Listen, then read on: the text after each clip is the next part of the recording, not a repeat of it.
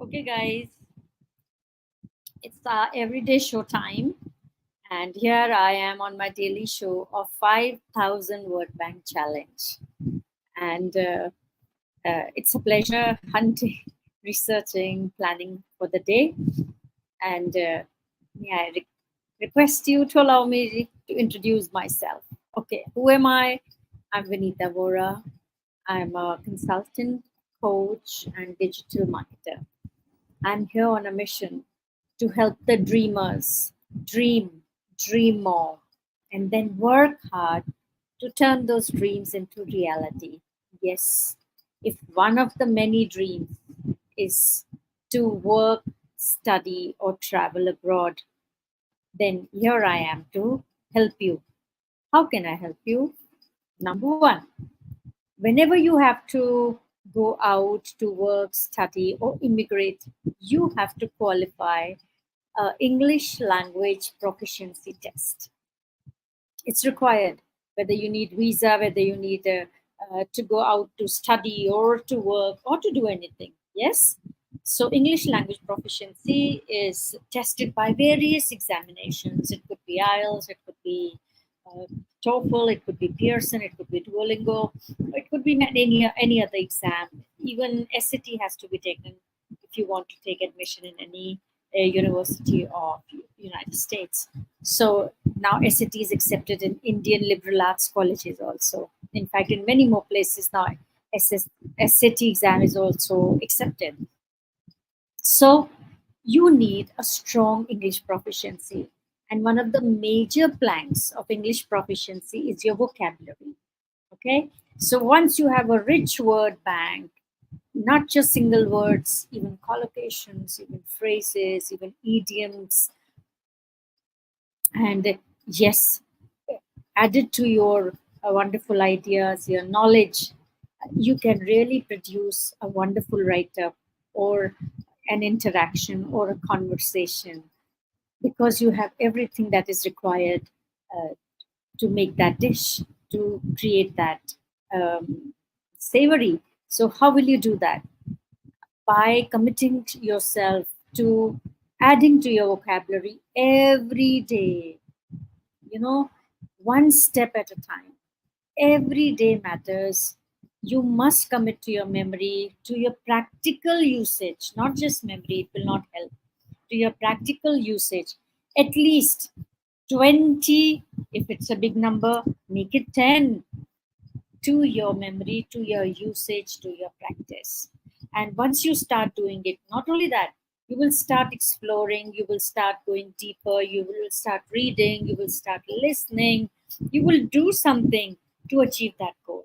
And so that doingness will put you into the mode of escalating your language adventure, of learning it faster and harder. And when you learn language, it gives you a window, a perspective to another culture, to another set of people, which is always very informative.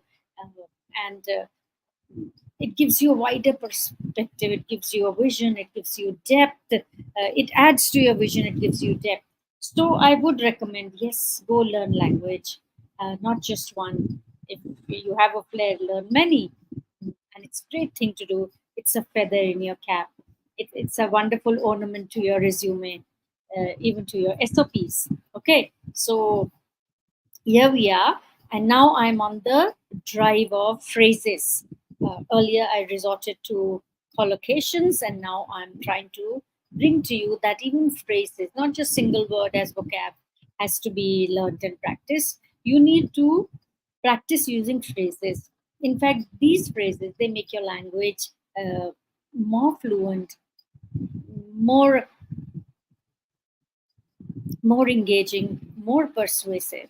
So I'll once again begin with telling you what are phrases and how do they help you. So what are phrases? Basically, in grammar or in English language, phrases are a group of words that work together to express a particular meaning. uh, Unlike sentences, phrases will not have either a subject or a predicate. It's just a bunch of words. It could be two words, it could be three words. And usually, this cluster of words together will work as a noun or a verb or an adjective or an adverb. Now, what are the benefits of learning phrases for IELTS takers, particularly, or any exam taker? Number one, it improves your writing skills. Number two, it enhances your speaking skill. And number three, it boosts listening and reading comprehension.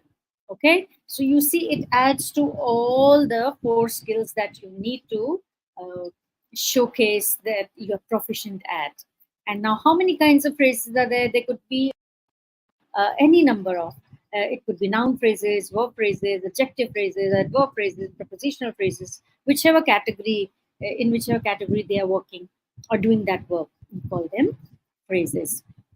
Now, since we are dealing with verbal phrases, I thought I'll tell you once again what are verbal phrases. Verbal phrase you will see is made up of the main verb. I'll give you the examples right here.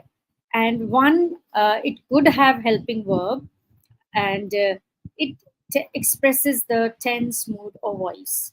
And not just that, today I have brought the phrasal verbs, which by just changing the preposition to that verb, it takes on a different connotation, a different meaning.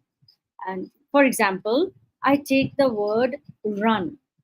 If I add over, down, after, into, out of, or any preposition to it, the entire meaning of that phrase changes.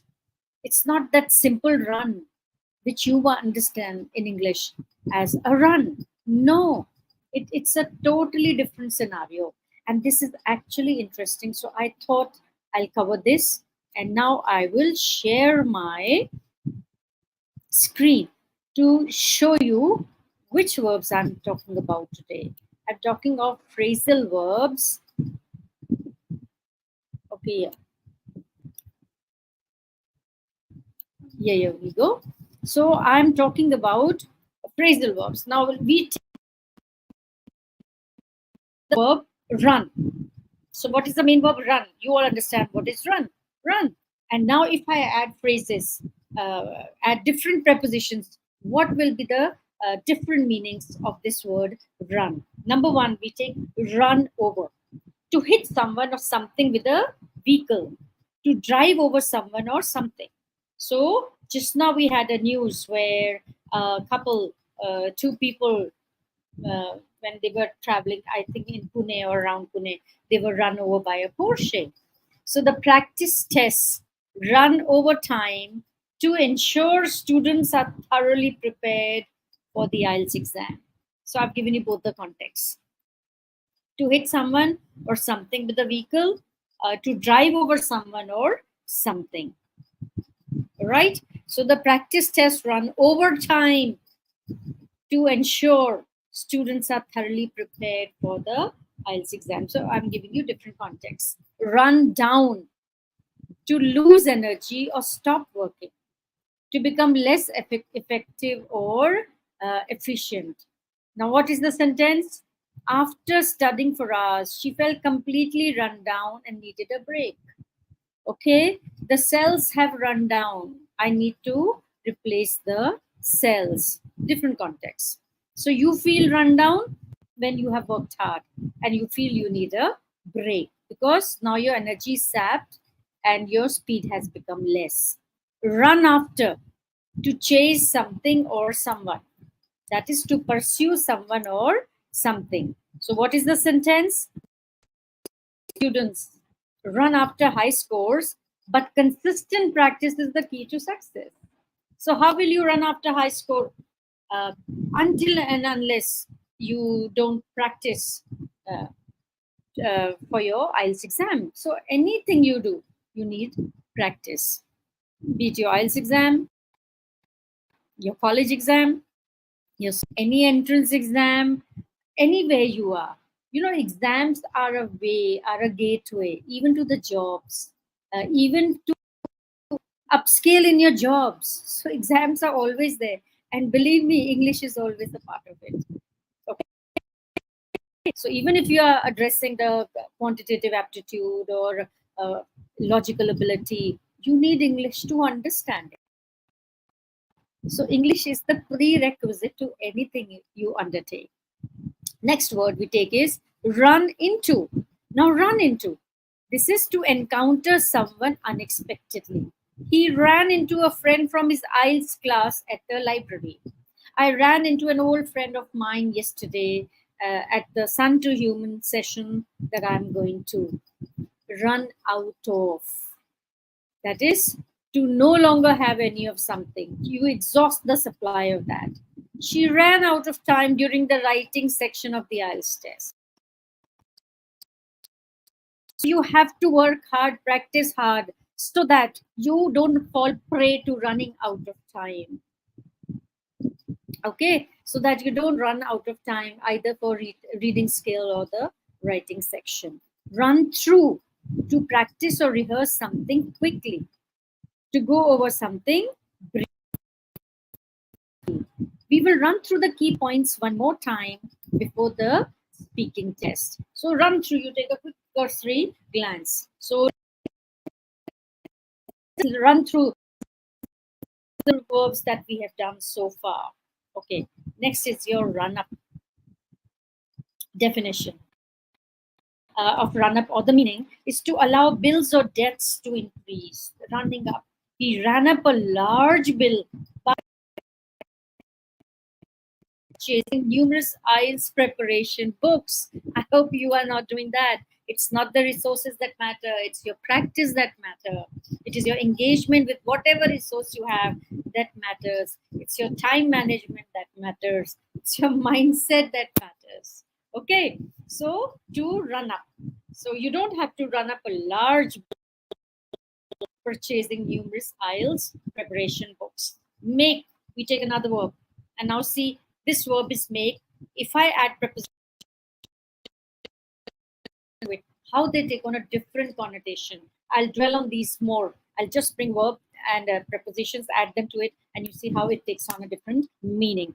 Next is make up, to fabricate or form. She made up a story to illustrate her point during the speaking test. So even in your writing skill, you have to make up a case study or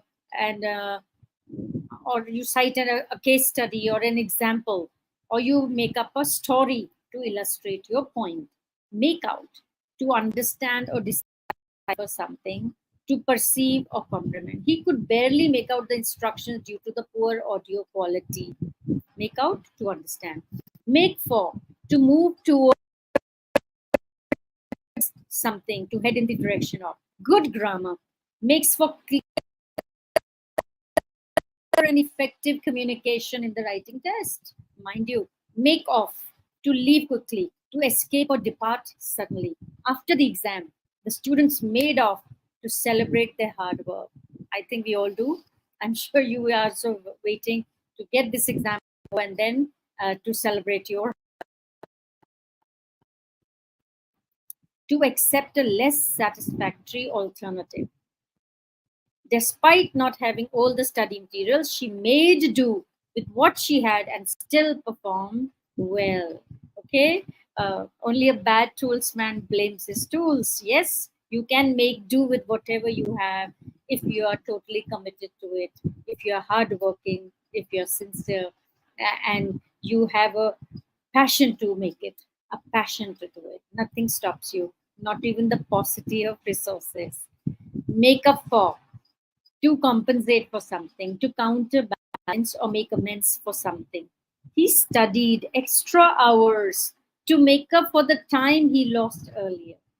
So if you lose time, you have to work harder and make up for the time lost. Okay, then make out to be the last one for today. To claim or present oneself as something. To pretend or act as if, make out to be. She made herself out to be an expert in IELTS tips during the group discussion. You make out to be, to pretend or act as if. That sounds good. I'm sure this is new to you. Okay, so I come to the end. Okay, it's fine. So I come to the end of my day today, the vocabulary challenge 5,000 word bank challenge. It's a mighty challenge. And I have been live for the last 1.5 months, doing 20 minimum words per day, rather doing 30 words per day, and revisiting, revising, recapping. I don't know what is your takeaway. So I do exhort you, come with a notebook and a pen, write down these words, practice them. You can use the resources. I will give you the link below of my YouTube channel where I put the daily resources there. You can even copy them, go over them, use them, practice them. And believe me, vocabulary is something that you genuinely need for anything you do, not just this exam, for anything you do, and to have a great, actually, a great thing to do. So why don't you take up the cudgels and, yes, start on your mission of big word bank. Never mind 5,000, you can choose your number.